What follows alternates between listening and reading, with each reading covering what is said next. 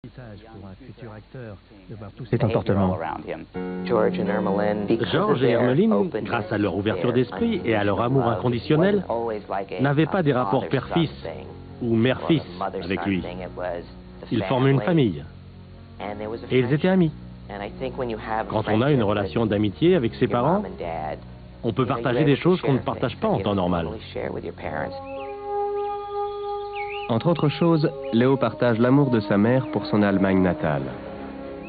En mettant de côté le peu d'argent qu'elle gagne, elle emmène son fils aussi souvent que possible en Europe rendre visite à sa famille. Je me souviens que Léo allait souvent en Europe avec sa mère. L'été, ils allaient rendre visite à ses grands-parents en Allemagne. Il visitait beaucoup de musées. Il revenait avec plein d'histoires et il parlait très bien allemand. À 8 ans, sa maturité et son absence totale d'inhibition font de Leonardo un être à part parmi ceux de son âge. Habitué à la compagnie des adultes, il passe beaucoup de temps seul, à jouer au basket, à collectionner des cartes de baseball et à s'occuper d'animaux de toutes sortes. Leonardo avait une grande passion pour les animaux. Il a eu plusieurs grenouilles quand il était petit. Bien sûr, il a eu un chat. Mais son grand amour, c'était son Rottweiler, Rocky. À 10 ans, Léo commence à chercher des moyens de gagner de l'argent. Il finit par en trouver un, jouer la comédie. Leonardo se déguisait et jouait des personnages tout le temps. Mais ça n'avait rien de sérieux. Jusqu'à ce que son demi-frère, Adam, joue dans une pub pour Golden Grams. Adam a été payé 50 000 $ pour cette pub. À l'époque, Leonardo avait 12 ans et il n'en revenait pas. Il a dit « je vais essayer aussi ». L'argent était donc sa motivation première. Impressionné par le désir de Leonardo de jouer la comédie, Hermeline l'aide à trouver son premier agent, Bonnie Lidke, de l'agence Harry Gold. J'ai rencontré Léo quand il avait environ 13 ans. Il est venu avec sa mère. Il avait beaucoup de personnalité. Il était charmant, drôle, blagueur. Il était très amusant, il avait du talent. Mais son charme et sa jolie frimousse ne suffisent pas à lui décrocher un rôle. Il est néanmoins encouragé par le soutien inconditionnel de ses parents et court d'audition en audition. Ses parents le soutenaient quoi qu'il fasse. Ils l'ont accompagné d'audition en audition, à peu près partout. Ils sont restés près de lui du début à la fin. Tout en continuant d'auditionner et en attendant de percer enfin, Leonardo fait ses études secondaires au Los Angeles Center for Enriched Studies, l'environnement idéal pour quelqu'un issu d'un milieu créatif comme lui. Au Laces, les enfants viennent de tout Los Angeles en bus. C'est une magnet school. Ils viennent de toutes les couches socio-économiques et s'intéressent à ce qu'ils sont plutôt qu'à ce qu'ils ont. Leonardo était un élève exceptionnel de ma classe. Il était innovateur. Je me rappelle que son travail était très créatif. Il ne se contentait pas de jouer, il était le rôle. Il a un don, un véritable talent. Léo est comme un poisson dans l'eau sur scène, mais dans la cour de récréation, c'est une autre histoire. Leonardo était petit, frêle et très individualiste. Il se coiffait comme il voulait, s'habillait comme ça lui chantait. Il se moquait éperdument de ce que les autres pensaient de son style. La patience et l'obstination de Leonardo finissent par payer. En 1989, il décroche son premier rôle, une pub pour les jouets Matchbox. Ready? It's mega fast. It's micro small. It's case racers, battery operated. Just open the case and race. Case closed. Case racers, batteries not included. Just open the case and race from Matchbox. L'année suivante, Léo est engagé pour d'autres pubs. Il vantera aussi bien les mérites d'un chewing-gum que d'une marque de vêtements. No way. Hi, wanna dance? Sure. Il doit son succès avant tout à son talent, mais aussi à son look juvénile et à son allure soignée. Léo faisait très jeune pour son âge. C'est un gros avantage de pouvoir jouer des personnages plus jeunes. Les gens préfèrent engager un acteur de 14 ans qui en fait 11, parce qu'il peut travailler plus longtemps d'après la législation. Encore aujourd'hui, Léo a un côté très juvénile dans les films. Vous imaginez à quel point il faisait jeune au début. Ça a probablement dû effrayer certaines personnes de voir un enfant exprimer des sentiments d'adulte. Le jeune acteur est bientôt engagé dans plusieurs films éducatifs. Il décroche ensuite des rôles plus importants dans Lassie, Outsiders, Roseanne et Santa Barbara. Now you could score a lot of points if you told my father you caught me drinking. Especially if you said you were worried about me. Let go of my arm! Aw, poor little orphan Cassie. But now she has a chance for a real family. And she shows how perfect she is.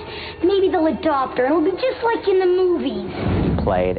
Il jouait un adolescent alcoolique. C'était déjà le genre de rôle qu'il affectionnerait plus tard. Ça lui a permis de montrer dès le départ son talent pour ce genre de personnage trouble. Leonardo consacre tout son temps à jouer et passer des auditions. Il décroche le rôle principal dans un sitcom de NBC, Parenthood. En 90, Leonardo est transféré au lycée John Marshall de Los Angeles, mais il va rarement en classe. Travaillant de plus en plus souvent, il prend des cours particuliers avec des professeurs sur le plateau. Il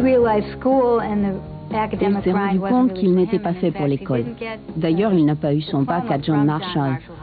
Il a dû passer un diplôme équivalent. Leonardo perce vraiment en 91 lorsqu'il est choisi pour tourner dans Quoi de neuf, Docteur, une série très populaire aux côtés d'Alan Thicke, John Ackern, Tracy Gold et la coqueluche des adolescentes, Kirk Cameron. She likes Ben. Oh, so she's insane. Maybe, but I like her. And I think she likes me. I mean, ever since she left, she's all I can think about. And Ben, well, I get the impression he'd like her to disappear. Yeah, what makes you think that? Well, he said I wish he'd disappear. On a vu qu'il était adorable, qu'il avait un sourire irrésistible. En quelques heures, il avait séduit tout le monde. Et on a compris qu'il était spécial. Il a apporté la bouffée de fraîcheur qui commençait à manquer à la série. Le personnage de Kirk s'était marié et avait perdu son attrait auprès des ados. C'est ce que Léo a apporté. Grâce au rôle de Luke Brower, un adolescent sans domicile fixe farouchement indépendant, Léo élargit sa palette d'acteurs et fait immédiatement un tabac auprès du public américain.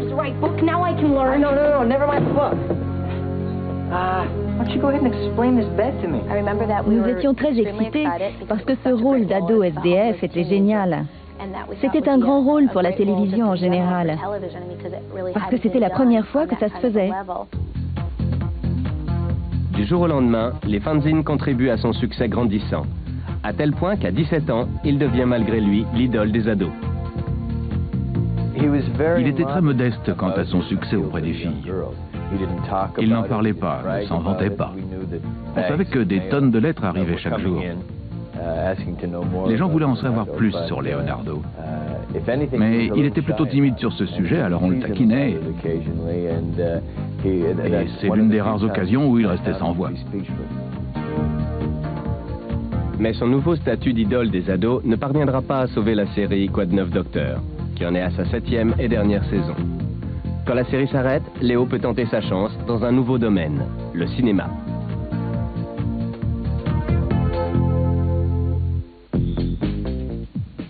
En 92, Leonardo a déjà passé plusieurs années devant les caméras de télévision. Il se sent enfin prêt pour la transition vers le 7e art.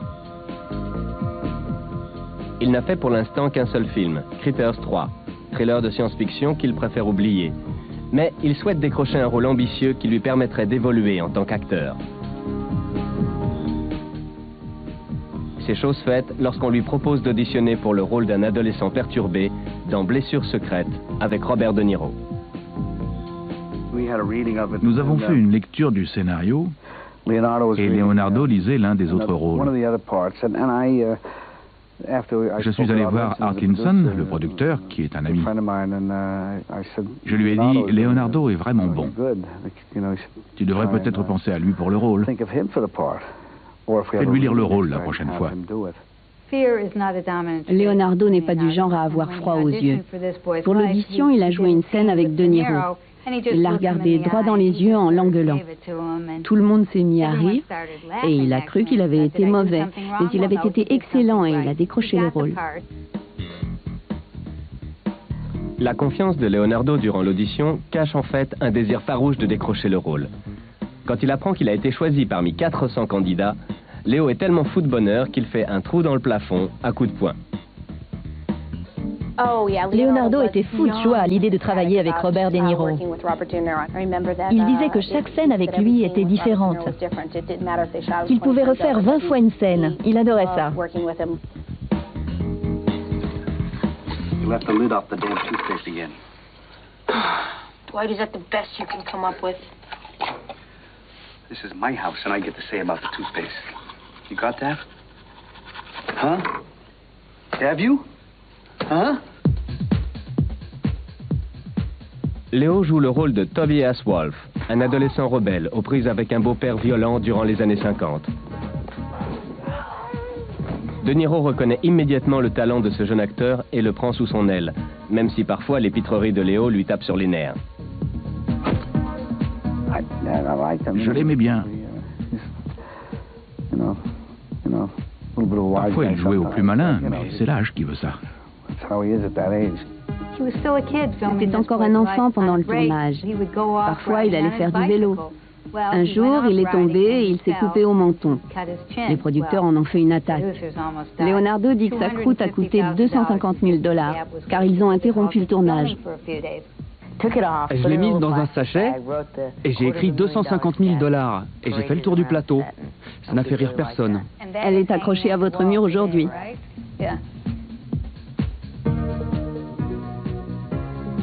Son interprétation d'un jeune garçon en quête d'identité est remarquable de complexité. Quand le film sort, le public et la critique sont unanimes. DiCaprio est encensé par la presse. Les critiques ne tarissent pas d'éloges. Ils le trouvent étonnamment doué et sensationnel. Je crois que le public ressent cette vulnérabilité dans ses rôles, cette nuance, cette sincérité. Il rentre dans la peau du personnage.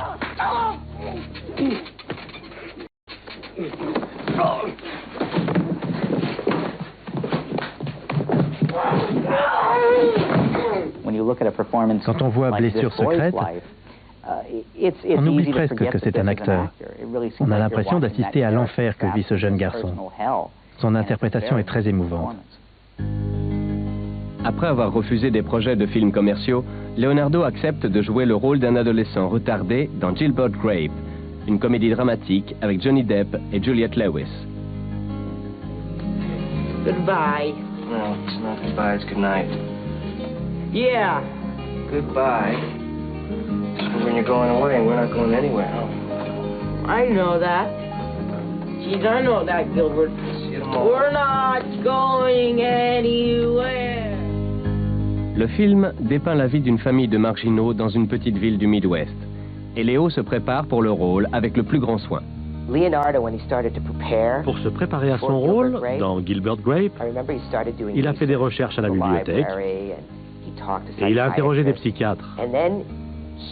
Ensuite, avec une caméra vidéo, il est allé dans un institut spécialisé pour enfants handicapés et il les a observés. Il y est resté une semaine. Grâce à son immense talent, Léo gagne le respect de Johnny Depp, son partenaire. Johnny était un peu son mentor. Il avait 10 ans de plus que lui. Ils étaient vraiment comme deux frères. Et Johnny adorait quand Léo faisait ces horribles grimaces à la harnie qui était retardée. Il faisait des paris, si Léo réussissait à le faire rire, il lui donnait de l'argent. Et Léo a gagné environ $500. L'interprétation de Léo lui vaut des critiques dithyrambiques et une nomination aux Golden Globes. Il remporte le National Board of Review Award et le New Generation Award pour la deuxième fois. Tout Hollywood était épaté par son interprétation. Certains étaient persuadés que Léo avait vraiment le handicap de son personnage. Leonardo ne laisse pas les éloges lui monter à la tête. Il est sincèrement étonné d'être nominé par ses pairs pour l'Oscar du meilleur acteur dans un second rôle. On lui a parlé le matin où il a été nominé. Il était stupéfait, réellement. On était debout depuis 5h30 du matin. Quand ils l'ont annoncé, on s'est tous mis à hurler. On était fous de joie, parce qu'il avait travaillé dur pour ce rôle. Être nominé, c'est comme gagner. Si vous êtes dans la course, vous êtes un gagnant. C'est Tommy Lee Jones, acteur confirmé, qui remporte l'Oscar pour son rôle dans Le Fugitif. Mais DiCaprio s'est désormais imposé comme un acteur important à Hollywood. Il est tout à coup submergé par les propositions. Leonardo était attiré par les rôles d'adolescents à problème. Le garçon qui tourne mal, le jeune rebelle, parce qu'il avait vécu ça en grandissant. Et ça lui permettait vraiment de voir de quoi il était capable en tant qu'acteur. En 1994, Sharon Stone propose à Léo de jouer avec elle et Gene Hackman dans un western pas tout à fait comme les autres, Mort ou vif.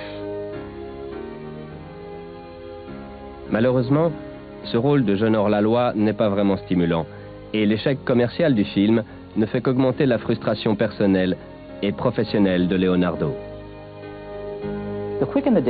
Mort ou vif était un film très commercial, qui n'intéressait pas tellement Leonardo, a priori.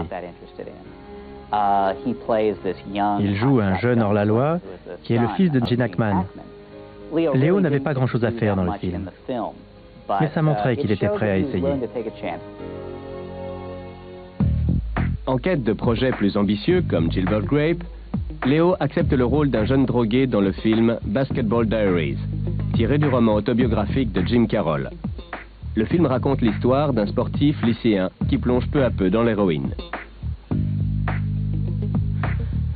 Mom, you know I'm not going to do anything with it. I need to go out of town for a little while because I got into some trouble and I need some help with it. Okay, so you give me some money, Mom. Can you hold my hand? Yeah, Mom? I'll hold your hand. Mom, can you give me some money, please? Mom, can you give me some money, please? Son interprétation est âpre, sans compromis, et le force à puiser au plus profond de ses ressources. Léo joue un héroïnomane et tout Hollywood s'est demandé ce qu'il pensait de la drogue. Léo déteste la drogue. Mais il a de la compassion pour ses personnages, il ne les juge pas. Et c'est ce qui fait la force de son interprétation. Mais si l'interprétation de Léo dans Basketball Diaries est saluée par la critique, son film suivant semble destiné à choquer ses fans. En jouant le poète bisexuel Arthur Rimbaud dans Rimbaud-Verlaine, Léo s'attaque une fois de plus à un rôle difficile, loin des sentiers battus. Réalisé par la polonaise Agnieszka Holland, le film est à la fois esthétique et dérangeant.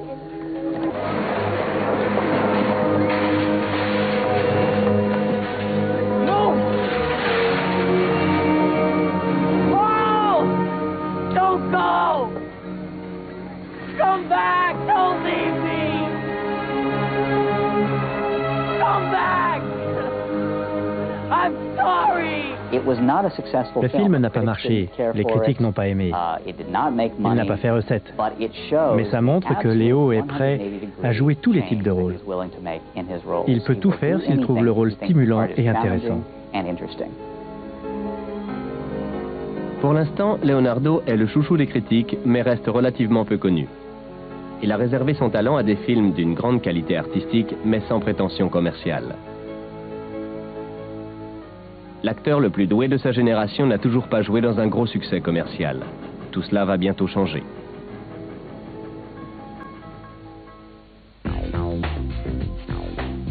En 1995, Baz Luhrmann, le réalisateur australien de Ballroom Dancing, commence à courtiser Léo pour qu'il accepte de jouer dans son adaptation moderne du grand classique Roméo et Juliette.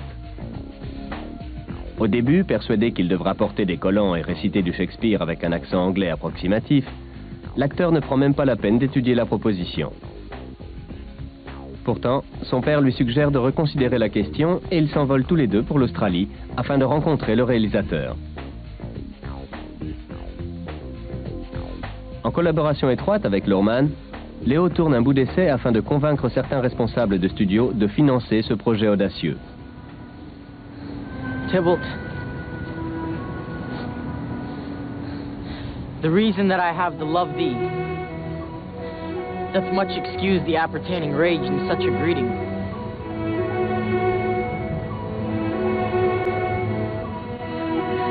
Villain am I none.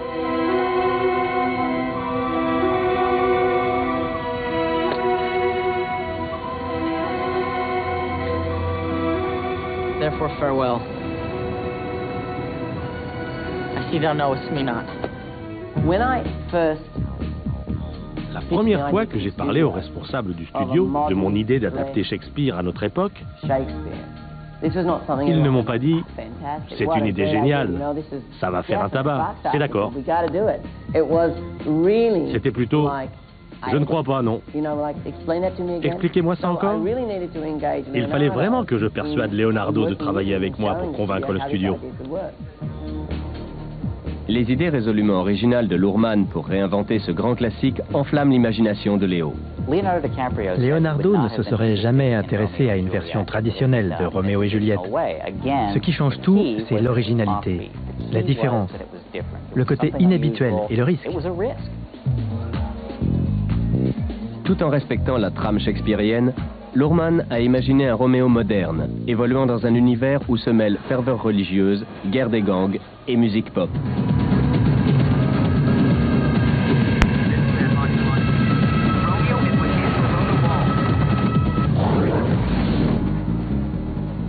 Impressionné par la vision du réalisateur et tenté par cette occasion unique de jouer enfin les jeunes premiers romantiques, Leo accepte le rôle. Le tournage commence à Mexico. Claire Danes interprète Juliette. La première scène, c'est celle où on se réveille après avoir fait l'amour. J'étais torse nu et ça a brisé la glace. Quand un acteur joue, il se crée une alchimie qui est difficile à décrire. Quand Leonardo joue un grand rôle, quand il travaille avec de grands acteurs, il est vraiment vivant et heureux. Le projet a beau être passionnant, le tournage de Roméo et Juliette s'avère beaucoup plus difficile que prévu. Nous avons passé 6 mois à Mexico. C'était incroyable. C'était un tournage à la Apocalypse Now. Il y a eu des tempêtes qui ont balayé le plateau. Tout le monde a été malade. Leonardo, Claire, le directeur photo et moi. On a dû arrêter plusieurs jours. C'est vrai aussi que notre merveilleux coiffeur a été enlevé. On nous l'a rendu contre $300. C'était une affaire. Le tournage était difficile. Léo avait le chic pour détendre tout le monde. On se moquait de nous-mêmes et on ne se prenait pas au sérieux. Ça, c'est très important. Les deux acteurs principaux ne se laissent pas distraire par les aléas du tournage. À l'écran, le couple Leonardo DiCaprio-Claire Danes est à la fois émouvant et explosif.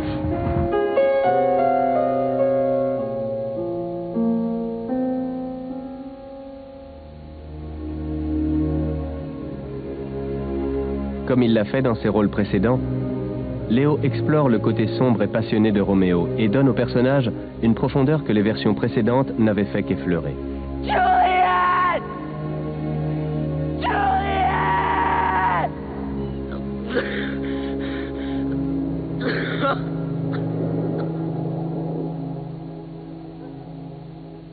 Le travail et le courage de Leo finissent par payer.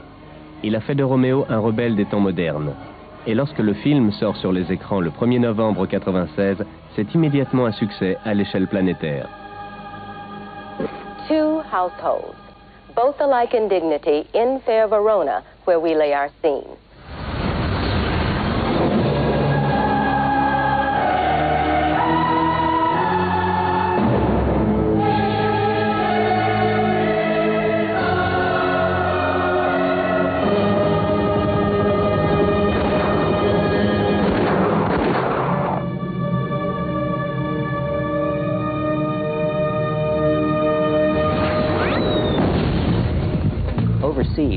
À l'étranger, c'est ce film qui a fait de lui une star, en particulier auprès des jeunes filles.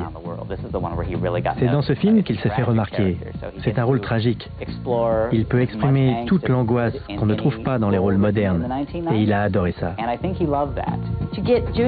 Pour que des élèves de collège et de lycée regardent plusieurs fois un film qui respecte à la lettre le texte de Shakespeare, cela prouve le talent phénoménal de l'acteur et de l'actrice de ce film.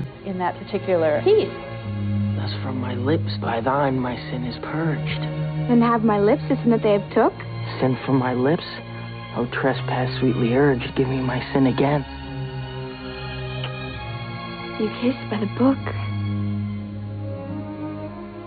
Dès le premier mois, Roméo et Juliette rapporte 36 millions de dollars aux États-Unis et 100 millions dans le reste du monde. Le film fait de Léo, à 21 ans, une star internationale. Je crois qu'après le film Roméo et Juliette, tout a démarré d'un seul coup. Ça faisait longtemps qu'il faisait du cinéma, mais c'est à ce moment-là que les gens l'ont remarqué. Je parle surtout des filles et des médias. Mais devenir un sex symbole n'a jamais été l'objectif de Leonardo. La même année, il accepte de jouer un second rôle dans Simple Secret, l'adaptation par Robert De Niro d'une pièce à succès. Il était parfait pour ce rôle. Il s'est avéré que c'était un meilleur choix que ce que je croyais à l'époque. Le film sort après Roméo et Juliette. Aux côtés de Meryl Streep et Diane Keaton, Léo y joue un second rôle essentiel, celui de Hank, un adolescent à problème aux prises avec sa famille et avec la mort. Simple Secret réunit Leonardo et quelques grandes stars du cinéma. Elle n'arrêtait pas de parler de Leonardo DiCaprio. Diane Keaton était en admiration devant ce jeune acteur. Meryl Streep était stupéfaite par ses capacités. Le film est très bien accueilli par la critique et fait un tabac au box-office. L'interprétation de Léo est une fois de plus remarquée. Après le succès monstre de Roméo et Juliette et l'accueil enthousiaste réservé par la critique à Simple Secret, les fans de Léo se font de plus en plus nombreux et pressants à chacune de ses apparitions. En général, les idoles des ados ne font pas long feu. Elles sont vite oubliées. Je ne crois pas que Léo soit enchanté à l'idée d'être l'idole des ados. C'est un acteur. On compare toujours les jeunes acteurs à James Dean. Ce ne sont pas tous des James Dean. Dans 20 ou 40 ans, on les comparera à Léo. Leonardo a du succès, mais aussi du pouvoir. Il reçoit désormais les meilleurs scénarios d'Hollywood. Mais si sa notoriété grandissante le rend de plus en plus mal à l'aise, ce n'est rien comparé au défi titanesque qu'il va bientôt devoir relever.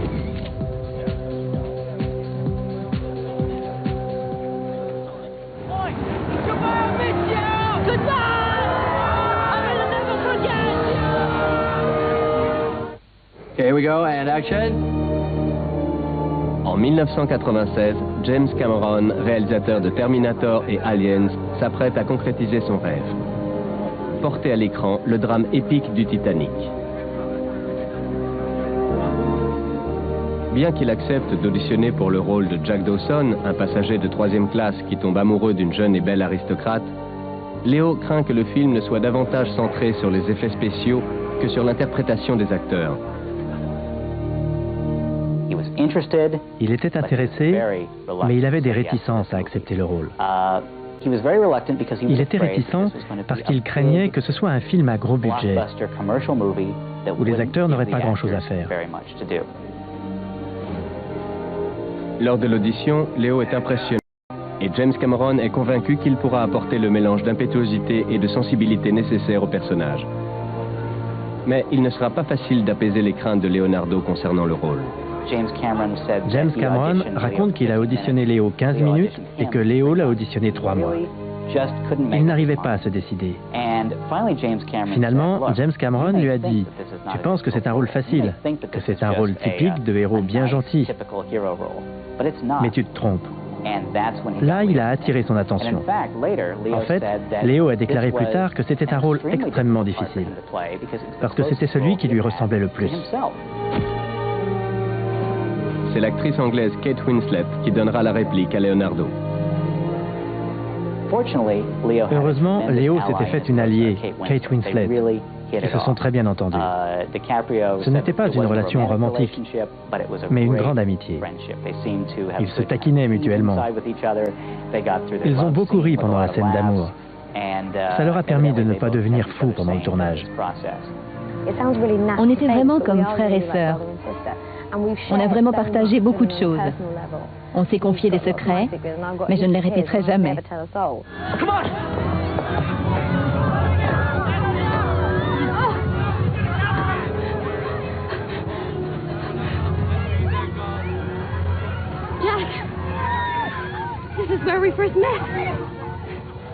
Les conditions de tournage très éprouvantes ne font que rapprocher Leo et Kate. Quand ils ne sont pas dans l'eau glacée, ils se retrouvent suspendus à plusieurs mètres de hauteur. Je me souviens qu'à un moment, ils inondaient les décors. Il devait nager un moment, puis il sortait de l'eau dans ses vêtements d'époque et s'asseyait dans un bain chaud en attendant la prise suivante. Et il retournait dans l'eau glacée, parce que c'était de l'eau de mer qui arrivait sur le plateau. C'était épuisant.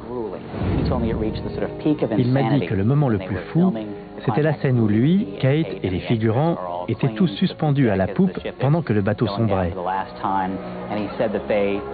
Il m'a raconté qu'ils étaient là et qu'ils regardaient les cascadeurs tomber, accrochés à des élastiques. Le décor tout entier bougeait. Et il y avait des caméras sur des grues. James Cameron est apparu au-dessus d'eux dans le ciel, juché sur une de ces grues. Lui et Kate se sont regardés, l'air de dire « Comment en est-on arrivé là? Qu'est-ce qu'on fait là ?» Après 6 mois épuisants, le tournage s'achève en mars 97. Le film sort en salle 9 mois plus tard et devient très vite le plus grand succès de toute l'histoire du cinéma. Les recettes du film pour le monde entier s'élèvent à 2 milliards de dollars. Du jour au lendemain, Leonardo DiCaprio abandonne son statut d'idole des ados pour celui de star international. Mais c'est une métamorphose qu'il accueille avec des sentiments mitigés.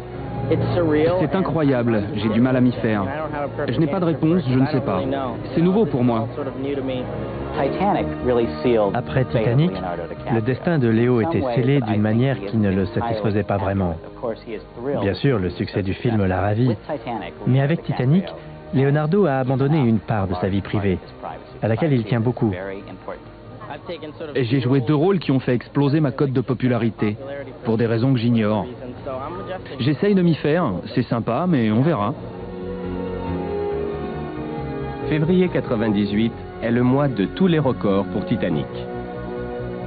Le film est nominé 14 fois aux Oscars et en remporte 11, dont celui du meilleur film.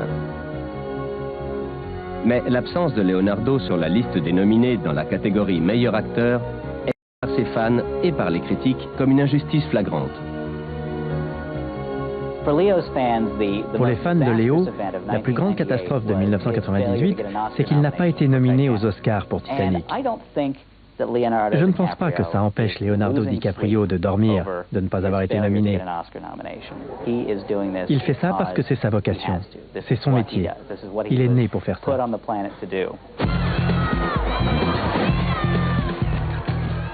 Leonardo DiCaprio est à l'affiche du plus gros succès commercial de tous les temps et il est désormais l'acteur le plus prisé d'Hollywood. Son image est partout. Elle fait vendre aussi bien des magazines que des souvenirs. Pas moins de 500 sites internet et 5 best-sellers lui sont exclusivement consacrés.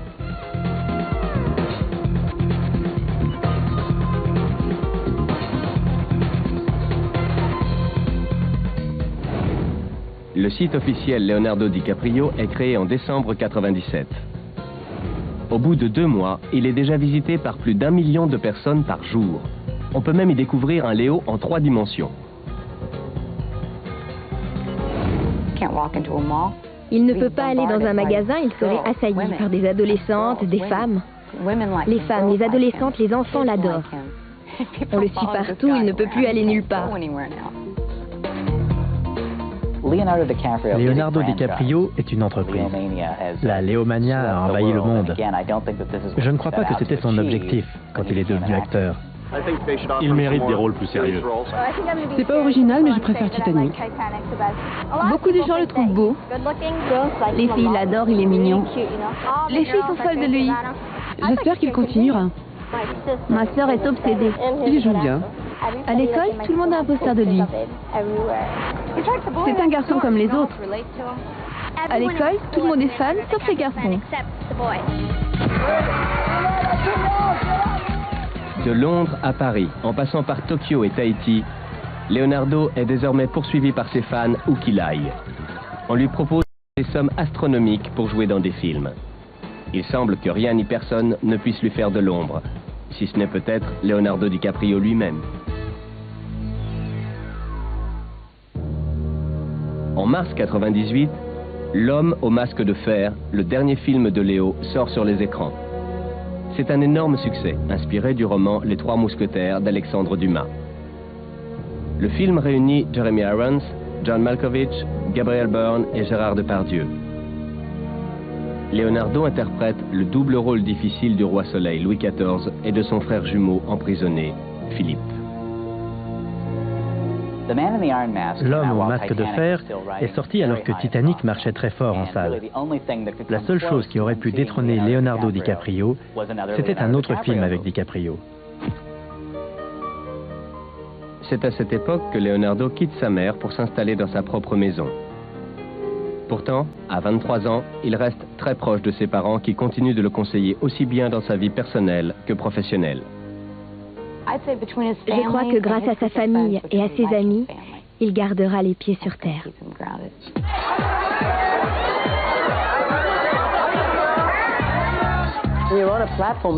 L'estrade bougeait comme si elle allait s'écrouler. Il n'y avait pas que des enfants. Il y avait des gens âgés qui lui posaient des questions, comme s'il était le Messie. Nourrissez-moi. Les mains se levaient et essayaient de toucher ses vêtements, le rebord de sa veste. Même en tant qu'amie, je trouve ça époustouflant. Je suis dépassée par ce qui lui arrive. Il n'y a aucun doute. Tous les gens l'abordent sans arrêt. Quel que soit leur âge, tout le monde veut lui parler, veut une photo ou un autographe. Et il l'assume très bien, il se débrouille très bien. Je lui ai posé la question, que penses-tu de cette Léomania? Il m'a répondu qu'il restait très proche de ses amis et qu'il restait très proche de sa famille. C'est important, parce qu'on peut vite perdre les pédales. On peut vraiment croire qu'on est le maître du monde. Conscient des dangers d'une surmédiatisation, Leonardo arrête de tourner pendant un moment. Il refuse de nombreuses propositions, mais accepte de faire une apparition dans Celebrity, écrit et réalisé par Woody Allen. En juin 1998, il accepte le rôle principal du film The Beach, l'histoire d'un vagabond qui se voit offrir la carte du paradis. En ce qui concerne sa vie privée, Léo n'a pas encore trouvé la femme de ses rêves, mais il apparaît souvent en public en compagnie de superbes jeunes femmes. La seule relation dont Leonardo accepte de parler, c'est celle qu'il entretient avec son iguane domestique. Mais puisque la Léomania ne semble pas près de s'arrêter de sitôt, le principal intéressé a décidé de garder la tête froide et de s'accommoder tant bien que mal du véritable culte dont il est l'objet. J'avais toujours rêvé de devenir acteur et de réussir. Ça a toujours été mon rêve. Ce jeune homme est un excellent ami. Et j'ai de la chance d'être son ami. Je l'adore, lui et sa famille. Il est plein de bonnes intentions et traite les autres avec respect. Je crois que nous n'avons vu que le sommet de l'iceberg, Léo. Et nous aurons le plaisir de voir ce qu'il nous réserve à l'avenir. Il peut être très amusant. Le public va se régaler. Il est vraiment l'exemple même de ce qu'est une star aujourd'hui. Dans le monde du spectacle, c'est le meilleur de tous. C'est Elvis ou les Beatles. C'est un phénomène de société. Il est dans une position idéale grâce à son succès. Et c'est tant mieux parce que c'est un grand acteur. Il est intelligent, mais il va pouvoir faire tout ce qu'il veut. Il a tellement de talent qu'on va pouvoir le regarder mûrir en tant qu'acteur. C'est ce qui caractérise Leonardo. Il continue sans cesse de mûrir en tant qu'acteur.